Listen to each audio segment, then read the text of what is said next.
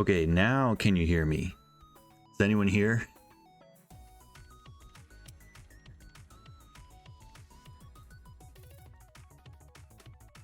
LPK, are you still around?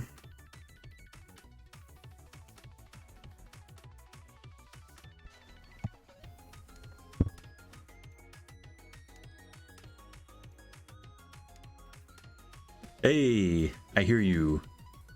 How's sorry, so I'm here all alone. And so, you know, I'm trying to follow. Cat wrote me a document to start up the stream, and you know, I do what it says, and then the microphone's not working. So I'm like, what the hell? So I'm like unplugging things, and but okay, so it seems to be looking good. Wraithful is slacking off, typical. Oh boy, don't get me started, LPK.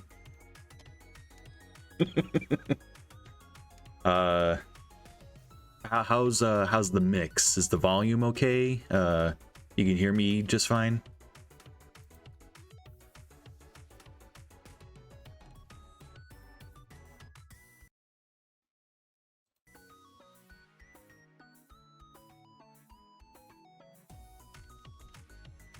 All sounds good to me. All right, sounds good. Cool. Well, all right. Well, that's good. I'm glad we figured it out. I just had to go into the properties and assign the microphone thing to the microphone for some reason. Turn up game volume a bit. Yeah, we've been keeping it kind of quiet. Here, that's sound effects. We'll how about yeah, something like that. Maybe, yeah, something like that. You let me know if that's okay. Yeah, so we'll that's good, cool. We'll keep it yeah, we'll just kind of faff around for a minute. You know, we'll let the stream kind of start up. People can filter in if they want. I can never find, like, okay, 3 viewers. Okay, we're up to 3. That's good, I guess. So yeah, so we're back. I know it's been a couple weeks. I was out of town, and then Wraithful did some kind of stream about geese. I don't know, it was weird. But then I was out of town again, and then we were busy last week, so we've just been kind of slacking on the streams lately. But we're back. My name's John Mikula, in case anyone, you know, isn't familiar with me yet. We're here. We're playing Mr. Run and Jump, a game by Graphite Lab. That's us here. This is Graphite Lab here in the space I'm in, and published by Atari. Fast-paced precision platformer, Mr. Run and Jump. So we're here. We're trying to 100% the game in an effort to just kind of show it off and get the word out still. We made it to Yellow World, which is, you know, pretty good. So we got Yellow, Red, and then the Dark World. So that'll open up more once we get more orbs.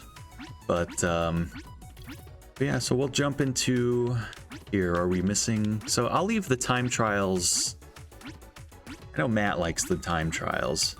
He and I kind of go back and forth on, you know, who's playing any given week. So I know Matt likes the time trials. I'll get the challenge orbs here.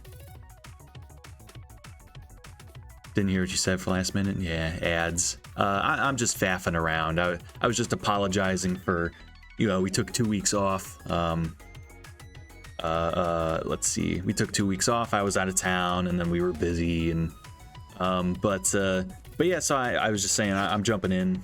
Gonna continue the orb hunt. I know Matt likes the time trials. So I'll leave those for him, and in the meantime, I will focus on getting the what are they called? The challenge orbs here. We already got all the shards in this level, so I don't have to worry about that. But yeah, these guys right here.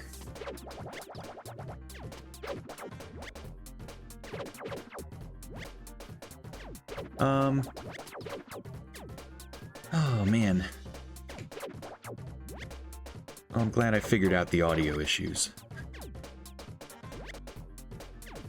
I believe the kids would saw that Matthew is a sweat? What?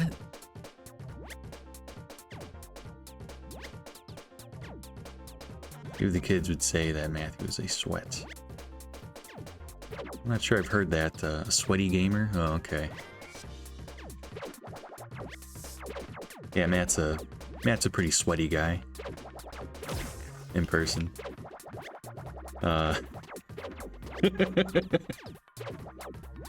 He's not here, we could say whatever we want. But yeah, so it's let's see, what's been happening? Oh, let's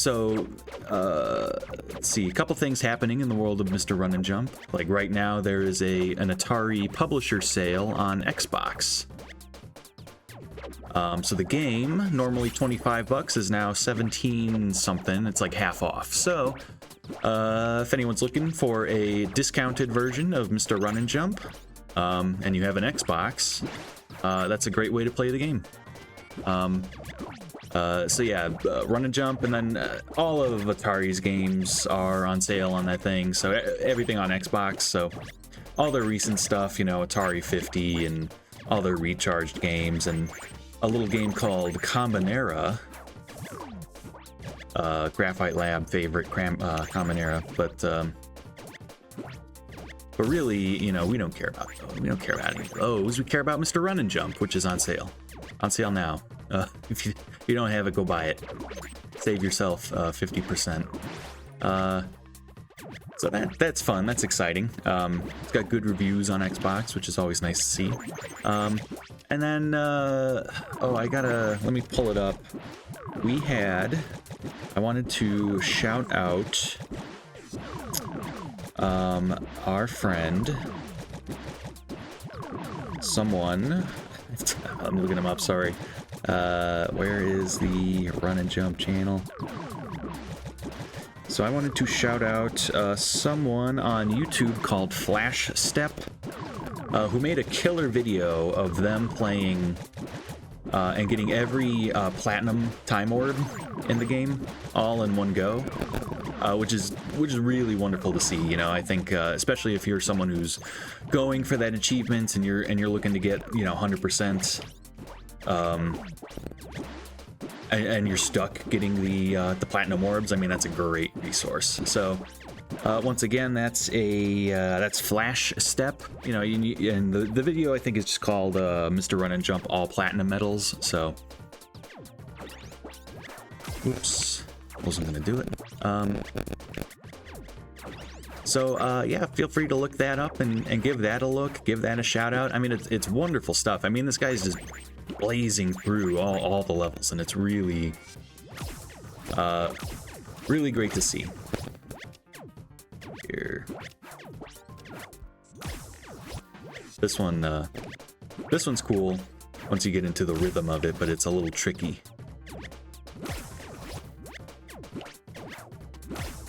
It's a little tricky to find the rhythm of this room.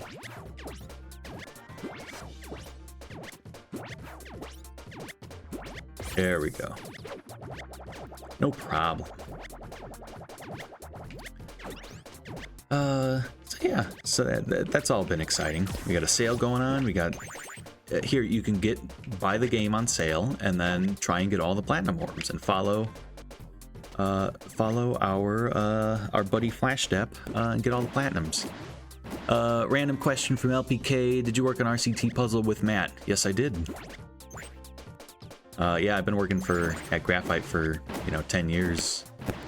And yeah, RCT was that was a big project, so it was kind of all hands on deck. You still play that game? That's awesome. Yeah, RCT Puzzle was, that was a fun one. That was good. I actually came up with the rails system of match, instead of like normal match 3 where you just swap 2 tiles, it's like you drag tiles along like train tracks or whatever. I came up with that. That was my idea.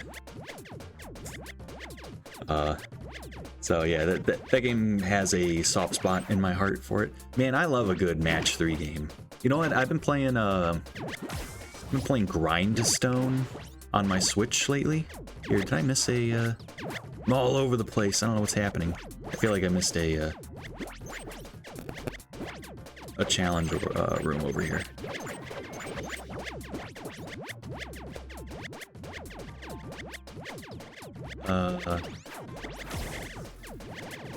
The coin collector thing to Matt. I'm actually not sure what. It's been a long time since I played. So I don't remember all the details. I forget all the power-ups and everything. But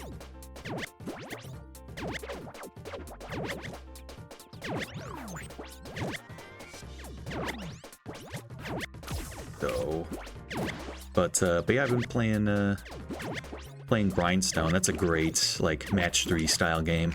Been playing it on my Switch. That's one where like you have your character who occupies like a spot on the grid, and there's a whole bunch of like colored monsters all throughout, and you have to like draw a line, and the line has to connect like different like the same color. So if you're going to like you chain together like all the green monsters and like draw a line, and then your guy like slashes through them and you clear the board that way. It's been great. I've just been really chilling out to that game. Let's see, where you didn't have to go around the park and individually click on rides and coins. I see. Yeah, I think if that was an update, I think after it was out, I largely didn't handle support on that game. I think we passed it to some other people. I was mostly on just that initial production to get it out the door. I missed a damn challenge orb. That means now I have to play the game again.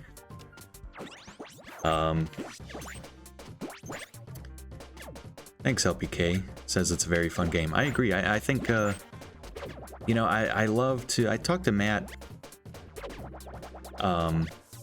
Here, I should have already got that one. But it says it's still orange. Maybe there's a slight bug. Maybe I have to go back. Maybe I'll quit the... quit and then see the... Because when you collect a challenge orb, it's supposed to be grayed out. But I would love to do more with that. Like, I think that style of match 3 that we came up with... Yeah, there we go. Where you drag the tiles along the rails. I think there's a lot of potential for that. And I remember I pitched just offhandedly another game that used that system of match 3 that I think could be really neat, but I don't know, like match 3 has such like a... Like, I love a good match 3 game. Like, truly. Like, I haven't played one in a while. But they are so fun. They are so satisfying when they're done right. So I'd love to, you know, when we have kind of this really unique iteration of those ideas with the rails and everything, like, I think it'd be really cool to see something more with it. But I don't know, like, match 3 has such like a jank reputation as just like mobile hardcore, you know, kind of, or not even like mobile to the extreme, and then that gets kind of funky when people start talking about like microtransactions and things. So it'd be a thing like, you know, we're trying to stick to like consoles now. We're trying to stick to console market and console games, and match 3 just really doesn't like a great audience in that. So in that market, so it could be tricky to do, but maybe one day. After finishing the story though, you can't get levels with those rat/squirrels or those floaty things in the water.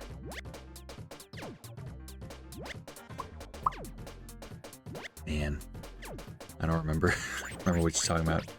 I remember the talking about like the tracks, like the water tracks, and they were like little like donuts or whatever, and you would push those around. I remember. Oh, what were the? Oh, I remember vaguely. It's all coming back to me. I forget. We had squirrels in there. Okay, I did this one. That's right.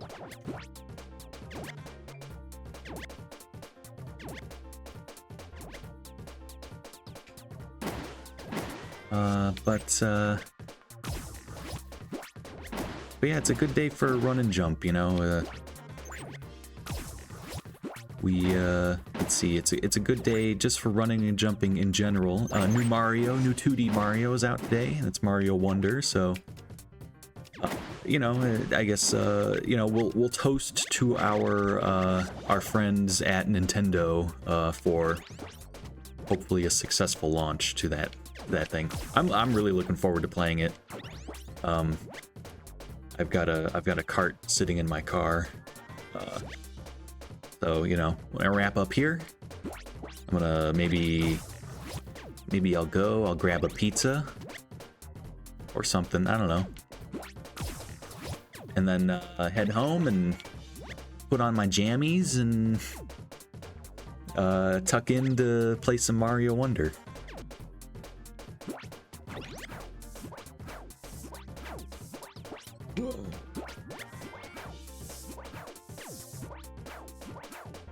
Oh, man. Let's see. This is a tricky one.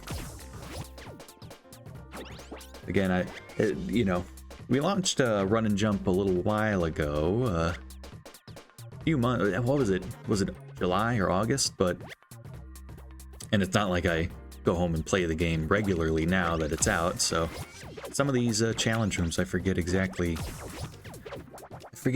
all the tricks, you know.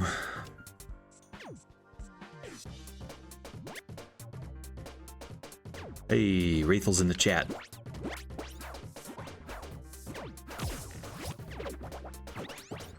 How's it going, Wraithel? Or are you just popping in to say hey and now you're leaving? Whoa.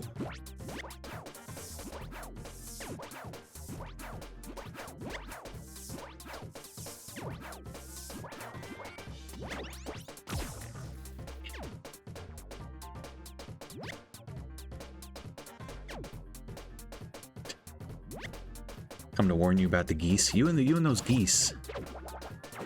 I don't know what your deal is with the geese.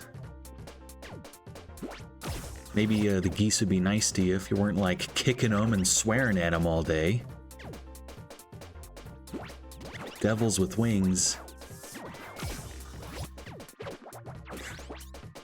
I'm just teasing. I don't think Matt's actually kicking any geese. I would hope not. I think if he did, like if I just saw Matt just like wind up and just like boom, like kickball a geese across the fucking parking lot, I'd probably quit my job. I don't think I could stomach that. I don't think I could work for someone who does something like that. It'd be awful. Oh man. Hey, you say I'm better at run and jump, but I'm really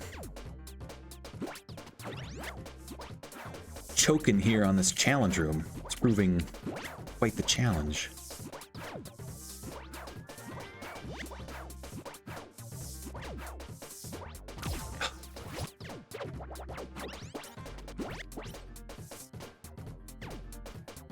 Oh, man.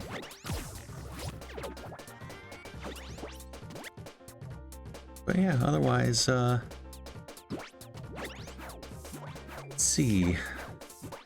Otherwise, I guess I've still been playing some Total War. I'm back on my Total War grind. Still working my way through the Shadows of Change DLC. So I did the Changeling campaign, and then so they added 3 characters with this DLC. There's a Changeling we talked about, who's part of the Tzeentch faction. And then there's Mother Ostankya, who's well, so Warhammer, the Warhammer world, if you look at it, it's just kind of a screwed up Earth. It's Earth where someone like smudged the paint, you know, so it's like, you know, you have all the continents there. There's like a North and South America. There's like a Europe, that's where like the Empire is, and you know, so there's all like these fantasy analogs for like Earth peoples, right? And so one of them is like this fantasy Russia, like fantasy kind of, you know, this like kind of mishmash of Slavic and Polish kind of traditions and peoples and things like that. So, and they're called Kislev, you know, that's the kingdom, I guess, or whatever. So Mother Ostankya, she's like a Baba Yaga analog. Whoa! And I'm not talking about John Wick. I'm talking about the real deal, you know, like the chicken huts, and you know, she's like a ag witch, and you know, she lives in the forest, and you know, the kids sing nursery rhymes about her and stuff like that. So she's now a character in the game. And she has, like, she's pretty cool. Like, so she has some unique mechanics to,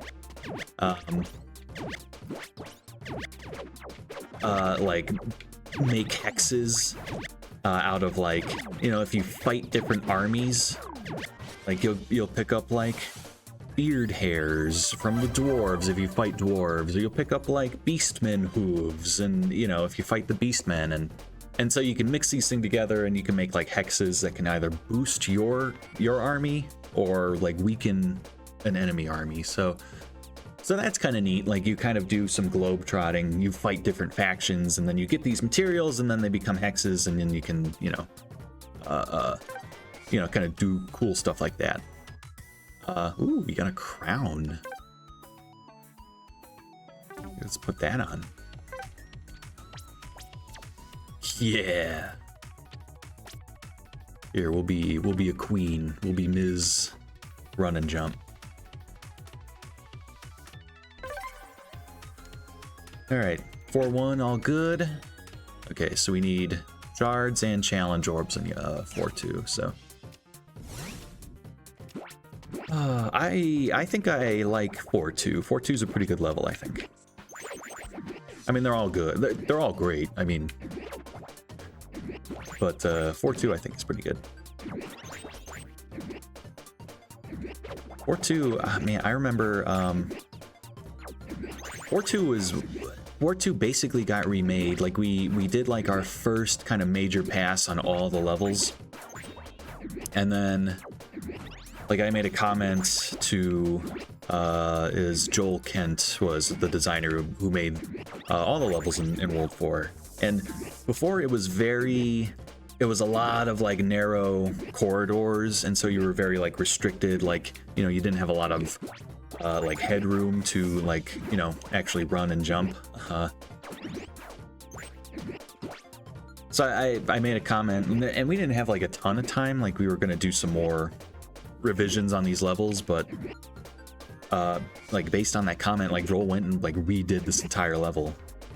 So whereas the other levels like did get revisions, but not quite to the extent that this one did. So and I think it's for the better. I think this turned out really good. Lots of good like shard challenges in here, and he made it much more open, so there's a lot more room to kind of float around and do some cool stuff.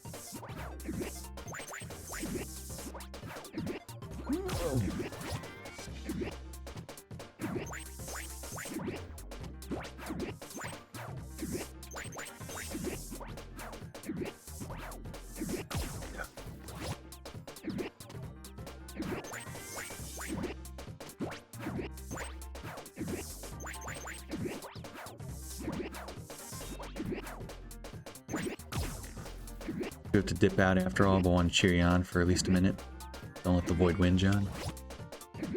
I won't, boss.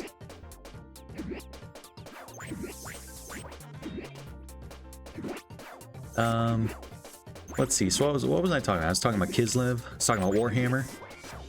So Stankia is pretty good. She's like an interesting character. So she has these hexes, and then also,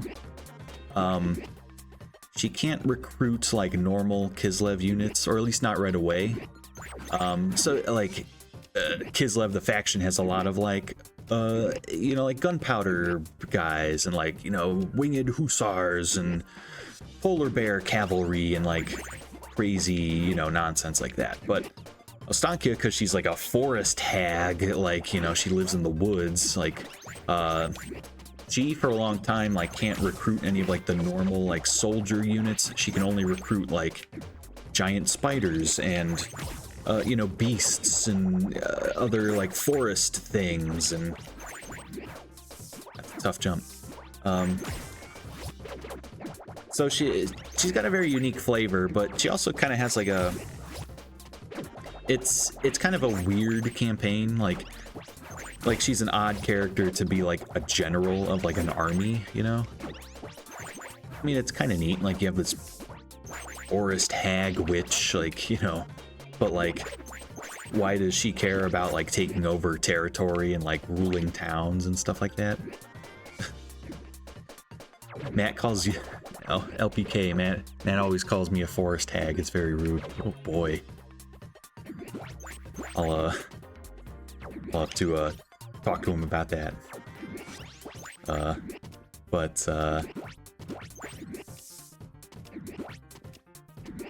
So, you know, it's really neat. So I finished that campaign, and then they have, you know, so they have Fantasy Russia, and then there's Fantasy China, which is like a kingdom called Cathay. And so now I'm doing that. So they had a new character for this fake faux China fantasy version of China that I'm doing now, and that's been fun. But yeah, otherwise, you know, otherwise just kind of hanging out, you know. Been working, you know, working. We got a lot of projects kind of in the works.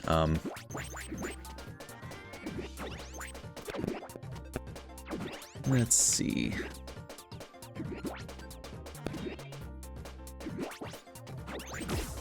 Man. It's like this is kind of it's a simple obstacle, but it's really tricky too.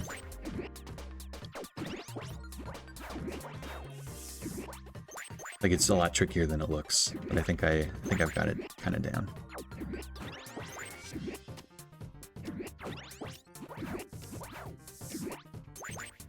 All right, one more here. I think I'll cache these. Whoa.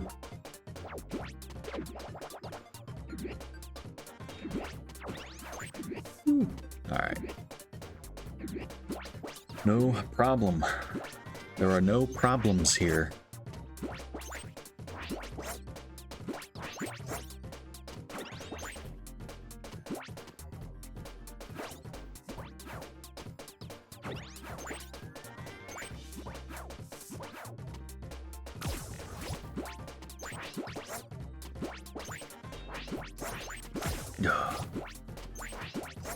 See, I like to talk about the movies I'm watching on these streams too. Whenever I do a solo stream, I get to talk about the movies I watched, and I watched The Guns of Navarone, another classic 60s war movie. What else did I talk about? I talked about Where Eagles Dare.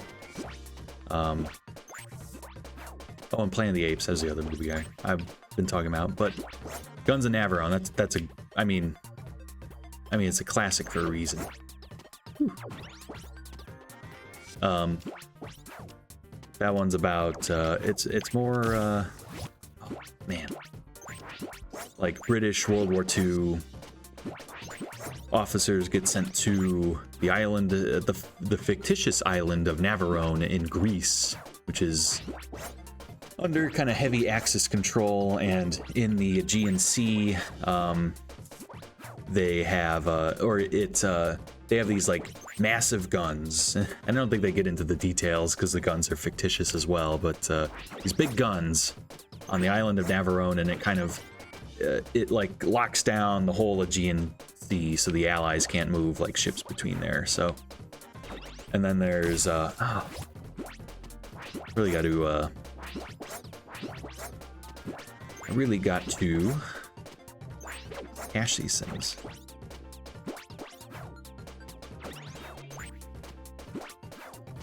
So they send in, I forget who's in it now.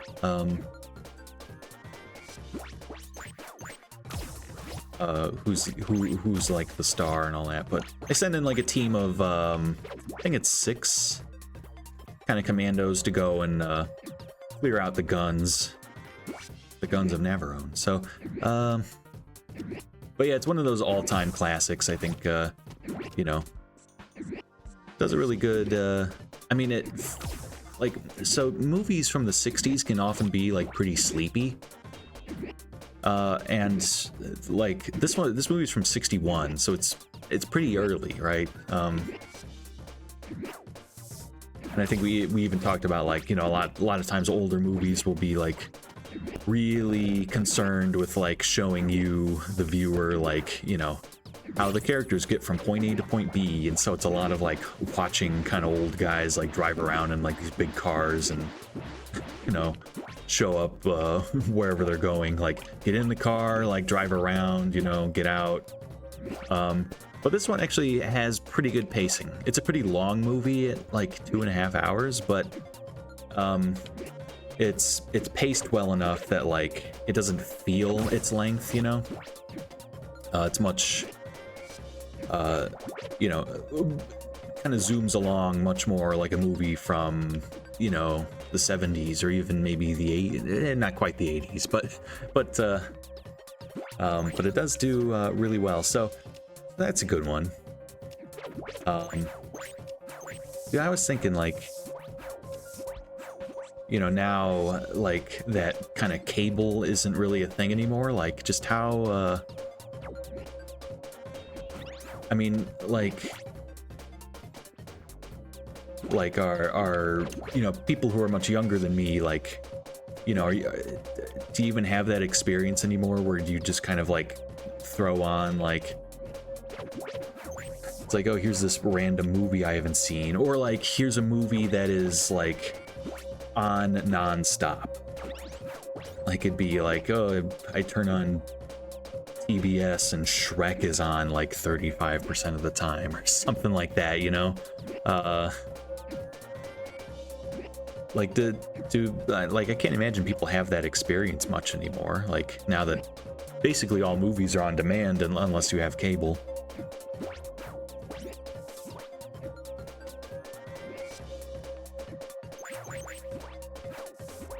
But yeah, sometimes you just kind of get suckered into, you know, watching some, you know, some stuff you didn't really have any interest in, just because it was on. Just like you had nothing going on, and it was like the only thing on TV that looked remotely interesting. So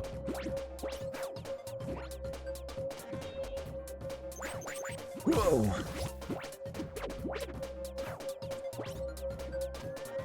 Let's see. That one, that's not too hard. Not that I'm saying this happened to me, you know, I turned it on, I turned on Guns N' Navarone, you know, willingly, but I'm just saying, it's like the type of thing, like, you know, you would just kind of like stumble into, I think, when I was a kid. LPK says, with streaming you have to pick something to watch. I still have cable for Blues/Cardinals. Oh yeah. But I very much know the thing of scrolling, finding some movie, turning it on. Yeah. Yeah, but sometimes, you know, sometimes you gotta come into something like halfway to think, you know, and just like sight unseen, like, here's this movie, it's like, you know, 50% over, and it's just like, it's like, what is happening?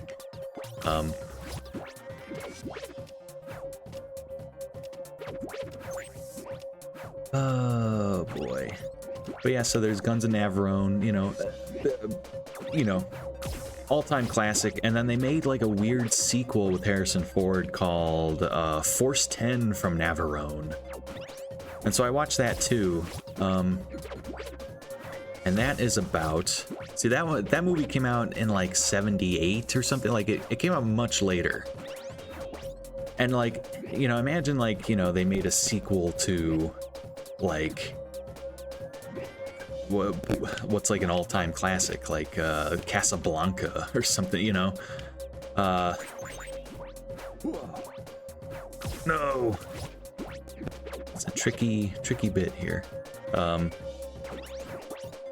it's like, what do you do? And it's like, well, you know, what if, you know, we get different actors to play, you know, the some of the characters from, you know, this original movie, and then they team up with, you know, because these are all like British characters, you know, what if they team up with an American strike force who are, you know, I mean, they're not even in Greece, like, you know, they're in like Yugoslavia. So it's odd. It's like, why give it the name? Why not just call it, you know, I don't know, the Battle for Yugoslavia or something, you know, whatever you gotta do, I don't know. But that movie, like, I could see why, like, cinephiles would probably, like, think about that movie with a lot of derision, but, like, I actually thought it was really good. Like, it's funnier than the previous movie. Like the characters are kind of, they're shown to only really succeed through, like, a lot of dumb luck, and just like that's like a lot of dumb luck. And it's like, these guys are, you get the impression like, yeah, these characters are competent, but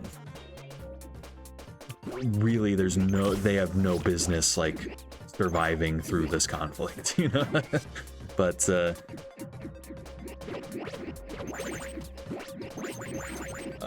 oops, I see Casino, Saving Private Ryan, Django, and a bunch of others. I turn those on and watch until they're finished. Hell yeah. I don't think I've seen Casino, but I should. Is De Niro in that one? Or am I thinking of Raging Bull? But Private Ryan's great. I haven't seen that in years. You ever play Hell Let Loose? It was like a World War II game. It came out maybe a couple years ago now. Oh, he's in both. Nice. But that's like the most.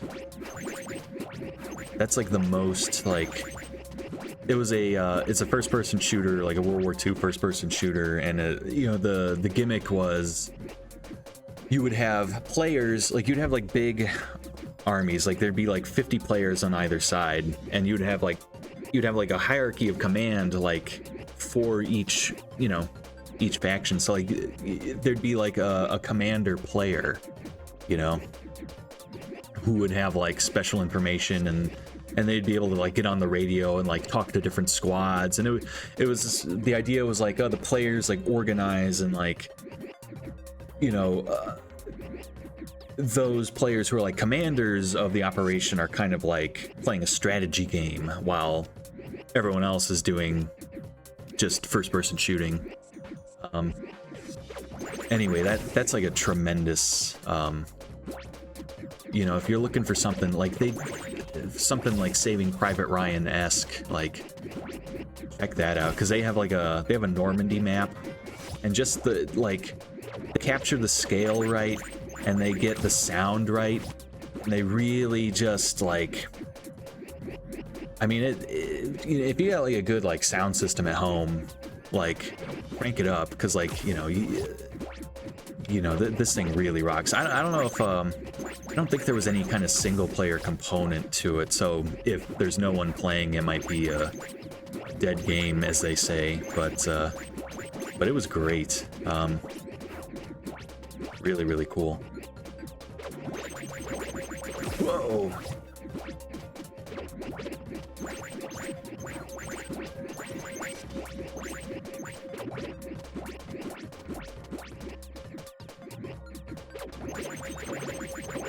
Yeah, Saving Private Ryan. That was one of those movies, because I was playing Company of Heroes not too long ago, and it really just made me think about like in that era, like in the kind of the PS2, like Call of Duty 2, you know, early 360, late PS2, just like World War II just like dominated everything basically because of Saving Private Ryan. Like, that movie was such a smash hit.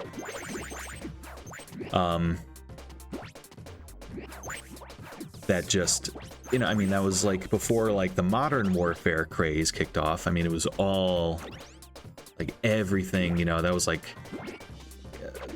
you know, Company here. I let's see how many names I can remember, you know, like Red Orchestra, Call of Duty, Company Heroes, what was Medal of Honor.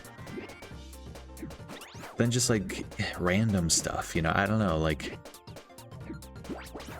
if you remember like Resistance, like Fall of Man, you know, those were sci-fi, but they were like in this like alternate World War II where, you know, it was just so in vogue. And yeah, it was basically all because of that movie. And then Call of Duty 4 happened, and then everyone's like, what if we went to Iraq? And it's like, oh no.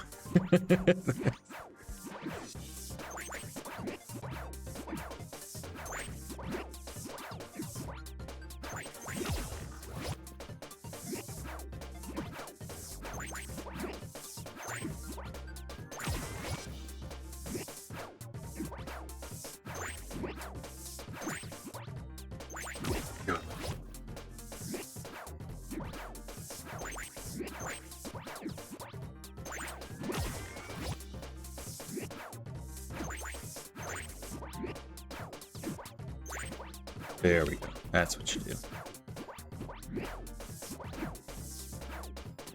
It's a pretty hard level, too. I mean, I like this level, but it can be a doozy. Here, I'll cache these. And yeah, I hope I'm not missing any shards.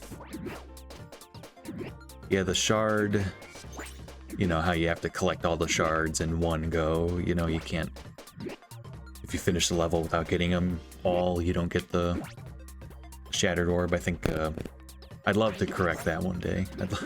I'd love to. I think I'd love to make it so the shards remain persistent. You know, it's like when you're in game dev, or at least, you know, my thought, it's like you wind up making decisions and, you know, sometimes you just kind of got to stick to your guns because it's late in development and like you've already based a bunch of you know, other decisions on, you know, decisions you've already made, right? Like, you know, so you're like, well, you know, we've already made all these levels with the assumption that you have to get all the shards in one go. Like, you know, I can't change this now. We're shipping in like 2 months or whatever. Like, and you know, you can never quite be certain that like, whoa, there we go. Did I do it? Yes. You know, with like decisions like that, you can never quite be certain. Like, yeah, did I make the right call? Did I miss a... Oh, one was already collected. Okay, there we go. 4-2 wrapped up. We just got to do the time trial there. All right. 553. Yeah, let's take a look at Yellow World.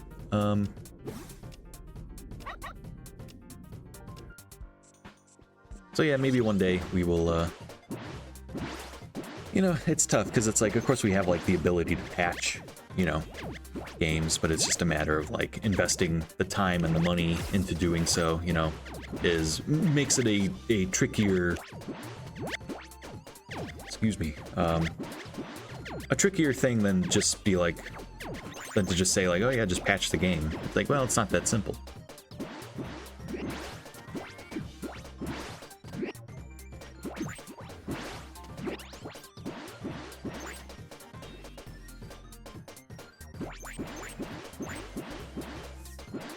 I get them all?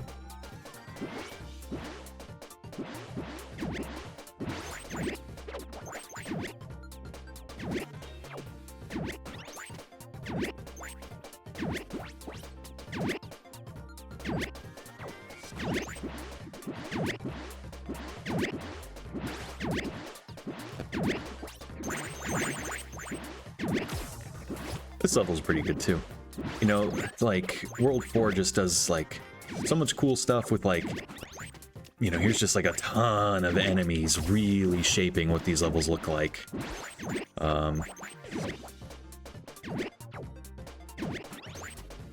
Really neat, very, very spectacular. You know, like in terms of like what this game is capable of, like these are some of the most like at least visually interesting levels.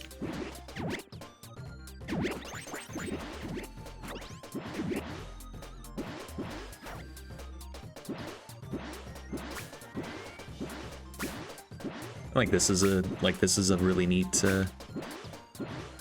kind of like use of the gnat enemies here. Whoa.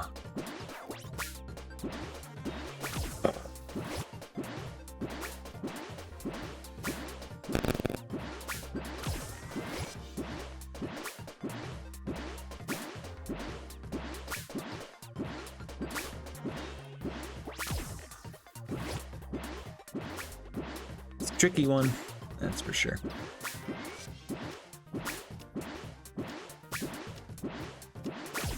Tricky. You kind of gotta look at where the gnats are facing to kind of know where they're gonna go when there's so many, you know, so many targets like this.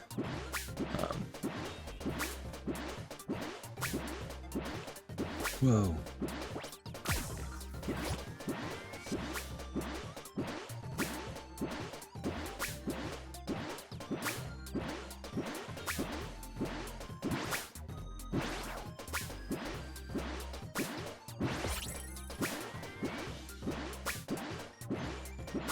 Make it back. Whoa, man.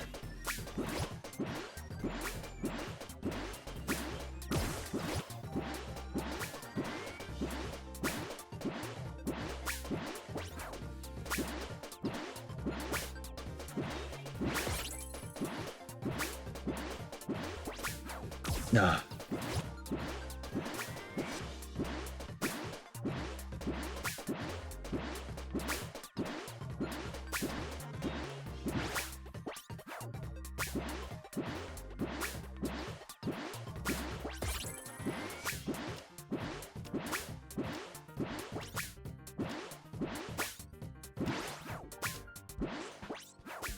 There we go. Beautiful. All right. One down. Two to go.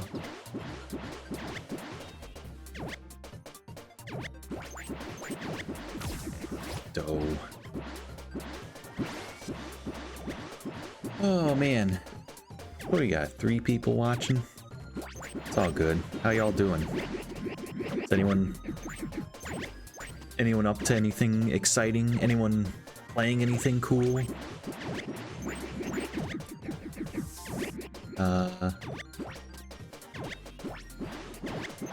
I talked about Warhammer. I talked about Total War.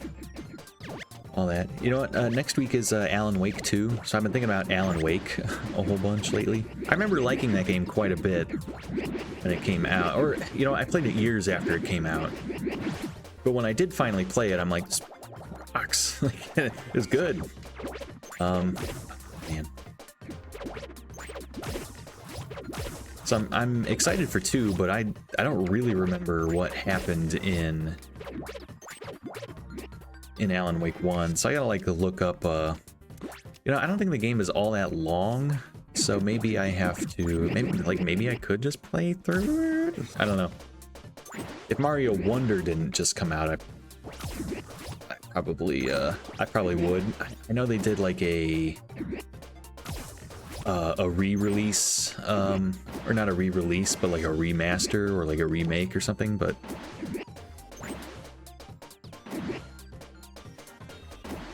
I don't know, did that include like American Nightmare and all that stuff? Like all the DLC and everything?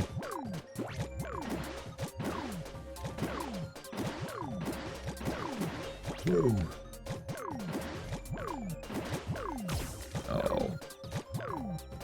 This is that World 4, you know, Yellow World spectacle I'm talking about. It's like, geez, you know, look at this nonsense. Here, I used to be able to get through this pretty much no problem.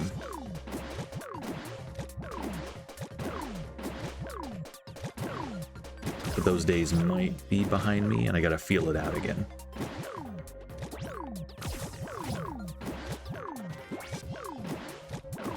Yeah, it really is, you know, it is nice to have had some time away from the game so that when I do come back to it like this, I can really look at it and be like, turns out this was pretty hard.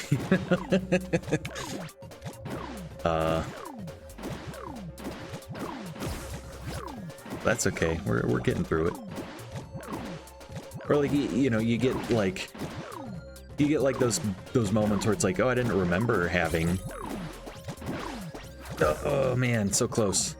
You're like, I didn't remember having that much trouble with this section of the game, but it's like, man, can't even do it now.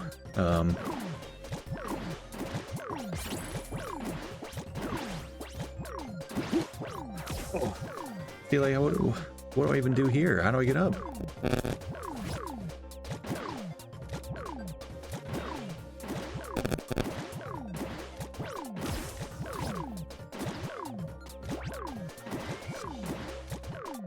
Okay, I think it's really gonna want me to do like this. I have to land and get these platforms back.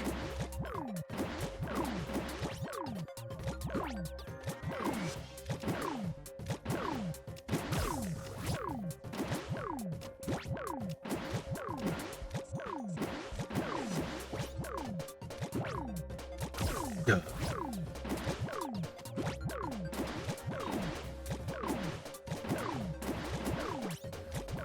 Do that.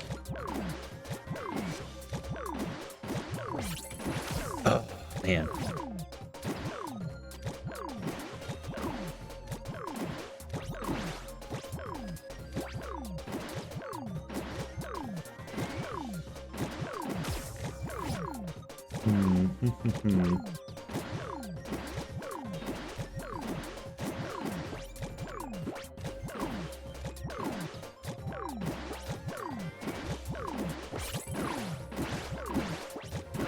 There we go. No problem. Oh, 2 out of 3. Still got a lot of shards. I hope I'm not missing any.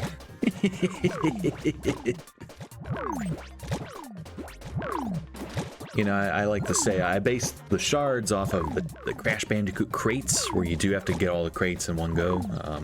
But really, I should have done them like the Spyro gems, where you collect a gem, it stays collected. So we'll see.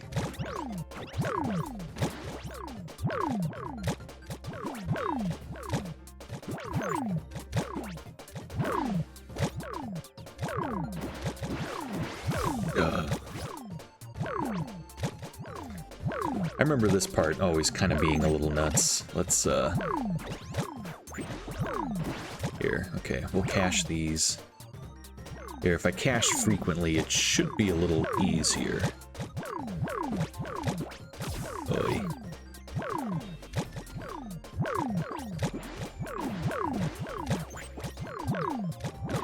See, like, do we need the spikes on the wall? Like, come on.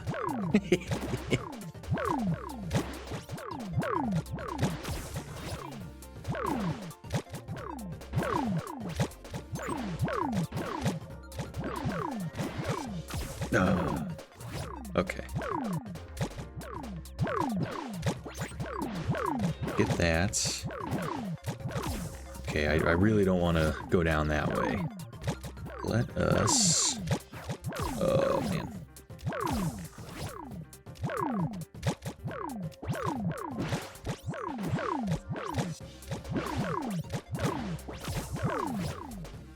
I'm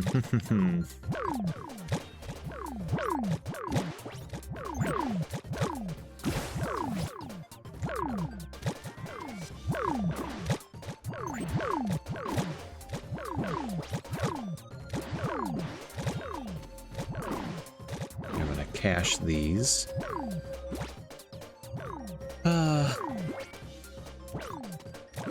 But yeah, who are we talking about? We're talking about Alan Wake. Who was that?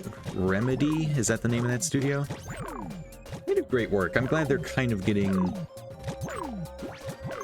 you know, the recognition I think they do deserve. I keep wanting to like go back like and play like Max Payne and just like get like the full extent of their catalog. I think that would be fun. You know, I love when you like when a developer is good like that and has like a style and kind of this like long history, like a variety of things that they've worked on that have a lot of like everything has a lot of character.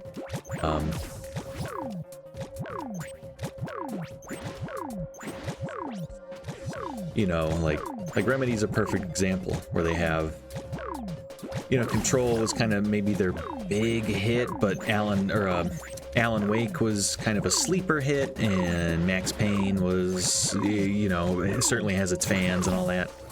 But all of them have like a distinct character in that they all do feel like Remedy games, more or less. And you know, I'd love to, like, I really admire that when a studio can pull that off. You know, Graphite Lab, like, we get just the nature of the business, like, you know, we wind up having to, I really want to cache everything first. You know, so much of our history is done with, like, licensed stuff, or, you know, we've made, like, the transition to, like out of mobile and into consoles, and, like, so there's kind of, like, you know, the Graphite mobile stuff has kind of a distinct flavor, and then our console stuff has a very distinct flavor, like all our Atari things, like I think Combinera, Run and Jump, and then Quamp, when you get to play it, you'll see, you know, all kind of feel like they're part of the same milieu.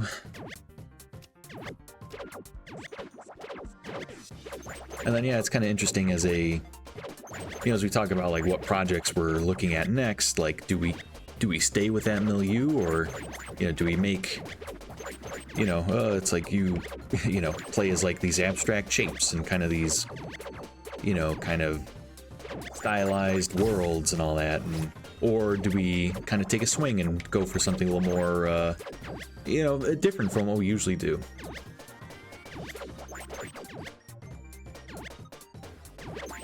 So it's just kind of interesting to have those conversations, and I think the real answer is, you know, you do whatever you got to do to keep everyone paid.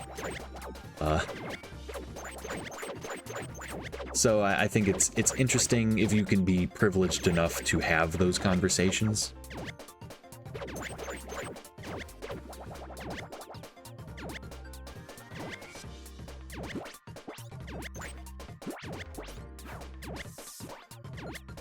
Here, no, I missed one.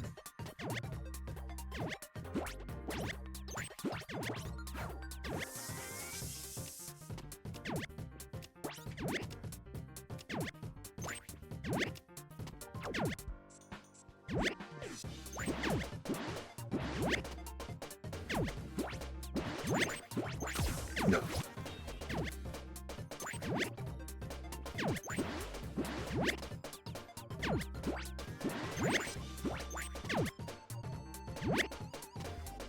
No.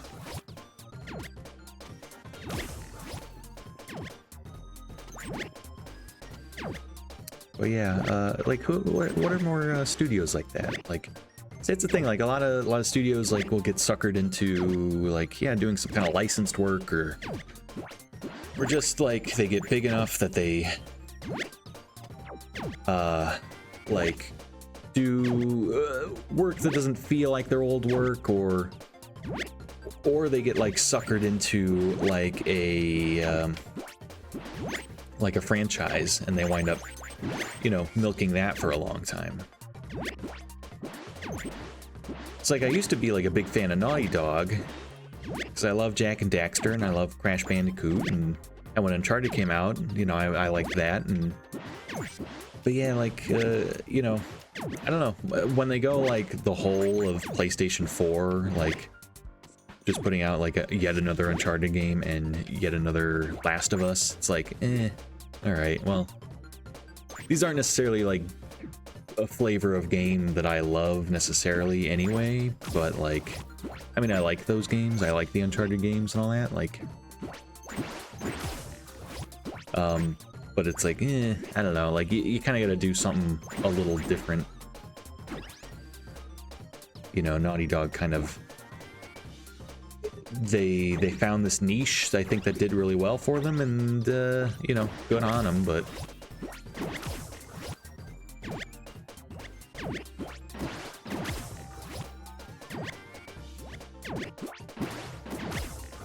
I really like, I think, two of my favorites are, there's Ice Pick Lodge, who has made the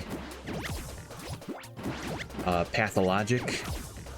They did Pathologic, they eventually came out with a Pathologic 2, The Void, Cargo,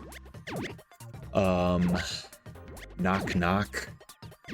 But they're kind of this Russian indie game studio that has this really distinct artistic style and voice to them.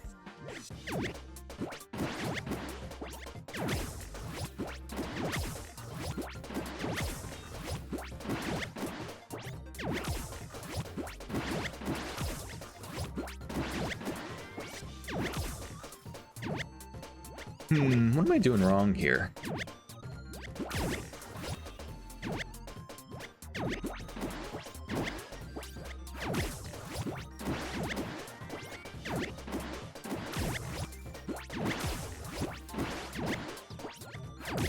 But all those games, like, they're all very distinct. Like, their whole catalog, very distinct. But they all have the same kind of artistic flair to them. And they all have similar vibes, similar kind of artistic, you know, I don't know, like a voice. Like, they feel like extremely distinct. And they did just come out with something. They came out with like some mobile game, or maybe game is, I don't know, maybe it's a mobile experience. I don't know what this is. It's something called Franz, Franz, F-R-A-N-Z. I haven't checked it out yet, but I need to.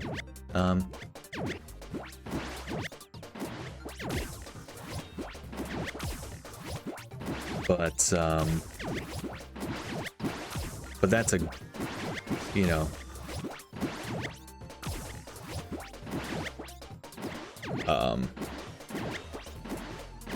talking about like developers, like studio tours or whatever, like going through the entire Ice Pick Lodge catalog. No, damn.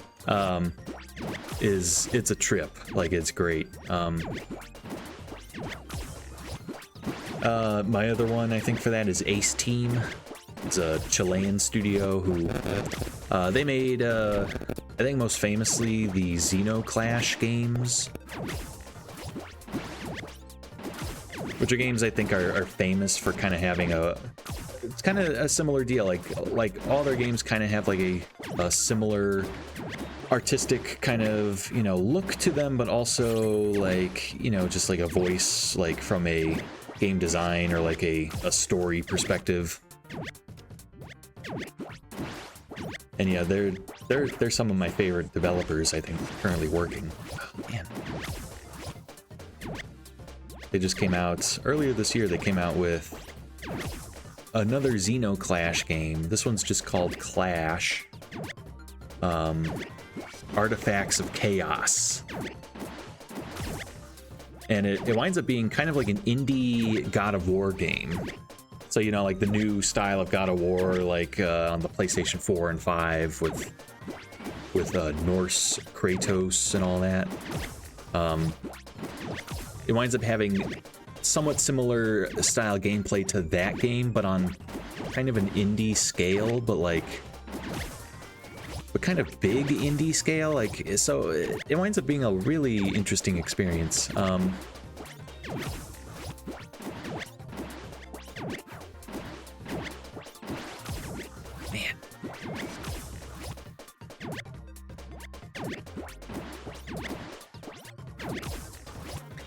This is a tough one.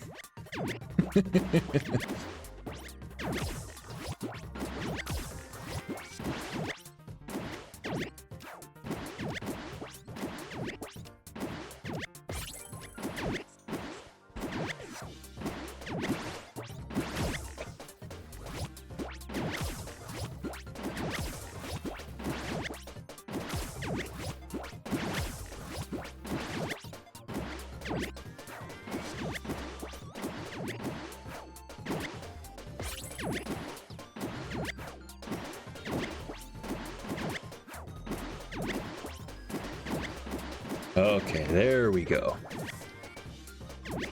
Woo, not too bad.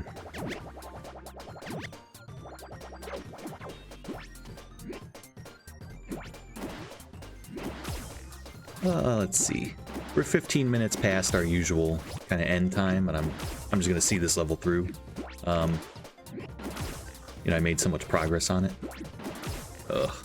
I just get past this. There we go.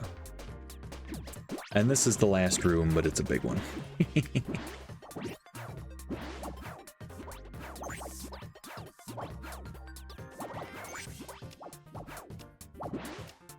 And this is like, someone's making noise in the hallway. It freaked me out. Like, this is such a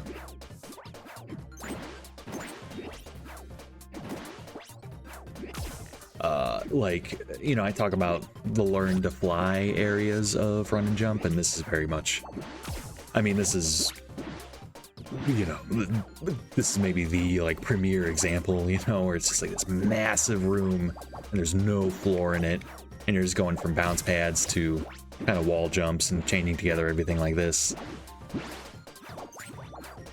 You know, doing these kind of cool dives over spikes and everything, like.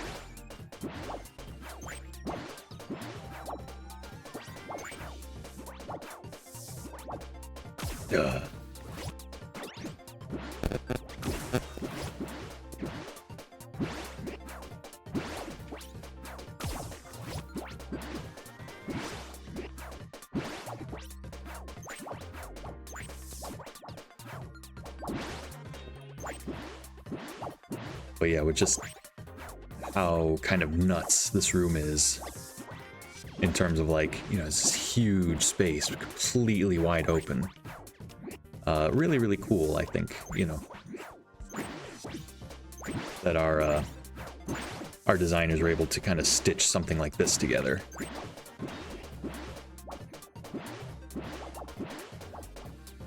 Oh, man.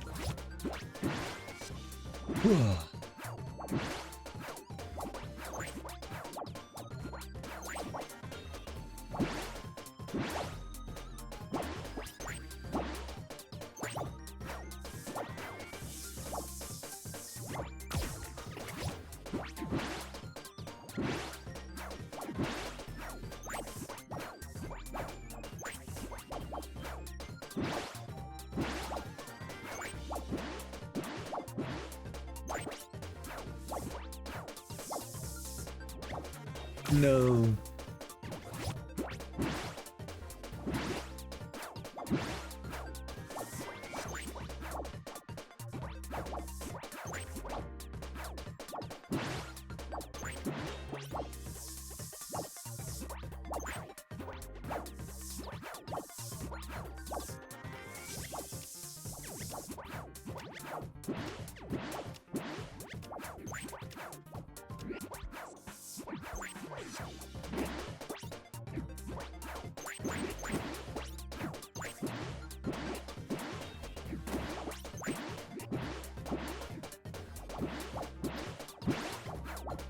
Oh, man. See that damn skull. See, I'm looking at some of the stuff, I'm like, do we need that skull there? Come on. Oh, man.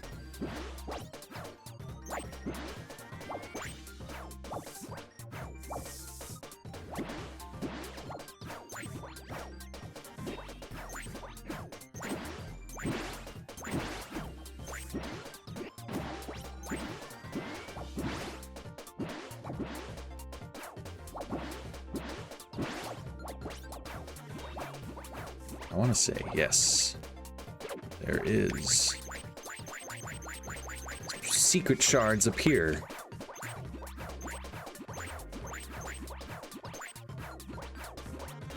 See, these will screw you over if you forget about them, or you don't know they're there.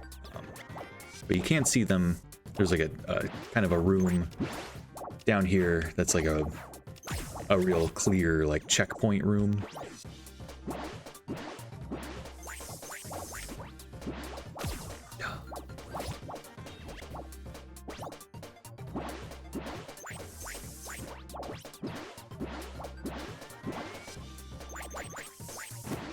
Yeah, see right here. So you would go in this room and you could see them here, and then you know that you need to, like, go up and and go around to get all the shards in there, but all right. We're almost done. Almost got all the shards. I don't think I missed any, but you know. Wow.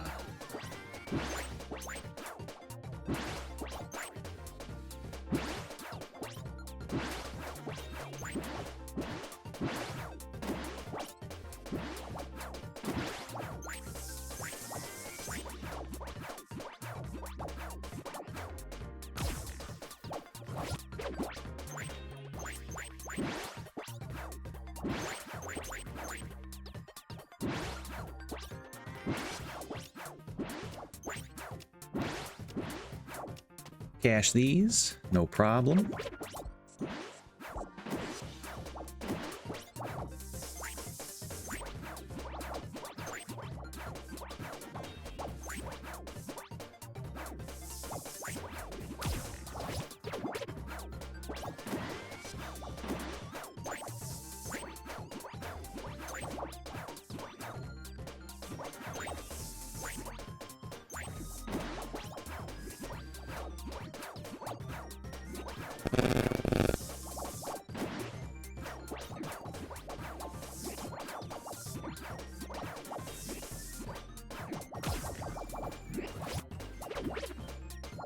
Whoa. Did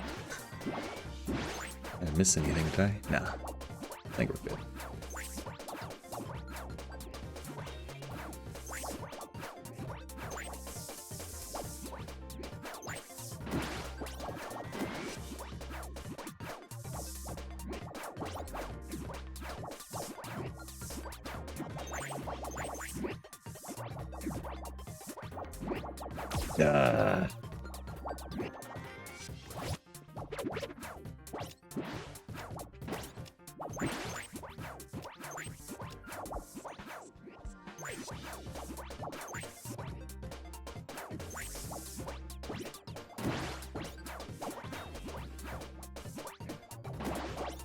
Oh, let's see.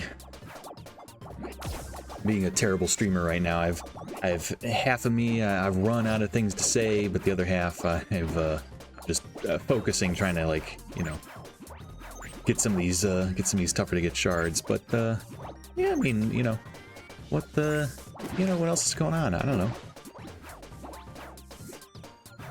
Talk about the games I'm playing. I saw some more movies, like, I don't know. You know, I saw this movie called Straight Time, and that's one with Dustin Hoffman. I think it came out in like '78 or something, but man, talk about a good-ass movie. If you're looking for something to watch, like, throw this on. Like, so this is one where Dustin Hoffman plays, like, kind of a small-time crook. Almost kind of like, it's almost a movie that has either some Tarantino charm or like the Coen brothers, like, but yeah, Dustin Hoffman is a small-time crook, and he gets out of jail after like 6 years of being locked in there, and so he gets out and he wants to go straight. You know, he wants to give up like the life of crime, and so he kind of like you know, meets up with his parole officer, and, you know, it's like, you know, he meets a woman, and they start going out together, and like he gets like just a terrible job, and his parole officer's a real dick, and you know, the horrors of, you know, life as an ex-con start to weigh on him, and eventually he does missing 3. He does get back to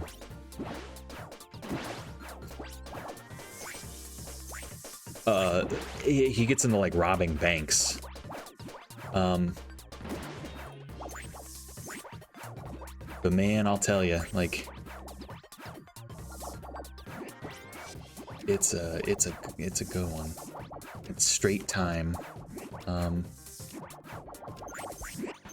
Okay, good. I'm glad the okay, there's the last 3.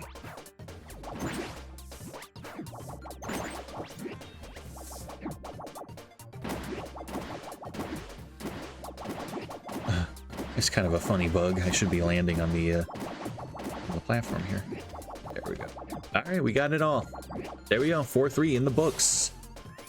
Woo, man. 30 minutes. I mean, that's a good session. All right, so it's about 6:30 here. So I am going to wrap up here. Let's just get back. So we made some good progress. You know, we got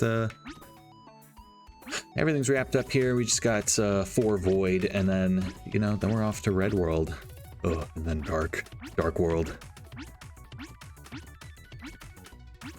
At least there's not like, well, in these couple of Dark World levels, I know, like, I want to say 6-4 has like 400 shards. At least these ones don't, you know, aren't crazy.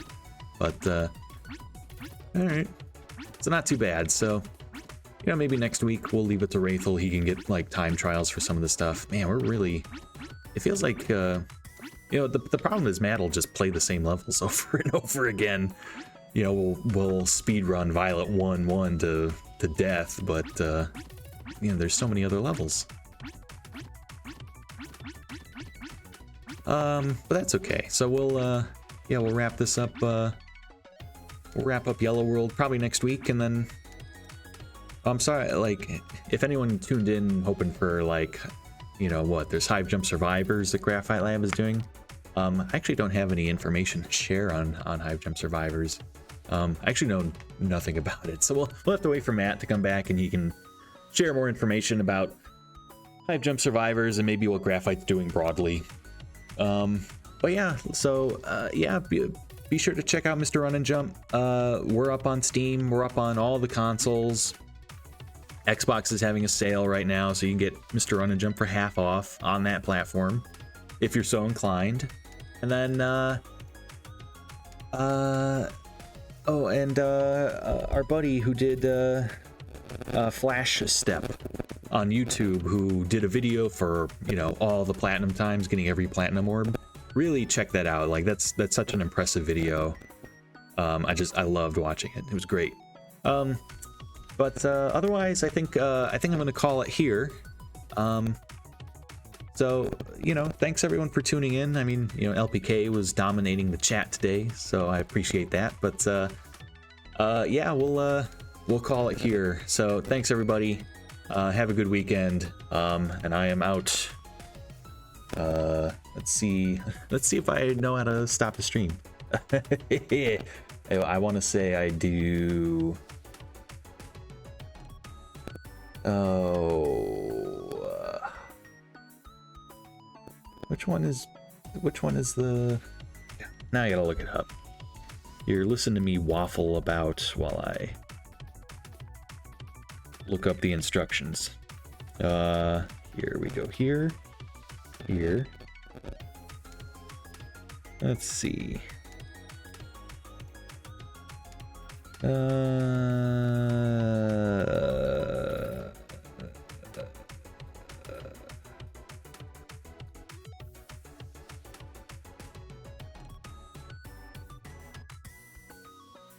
When you're done gaming, hit the end scene button. Where's the end scene button? Oh, here it is. Okay. I think I got it. Thanks everybody. I'll see you maybe next week.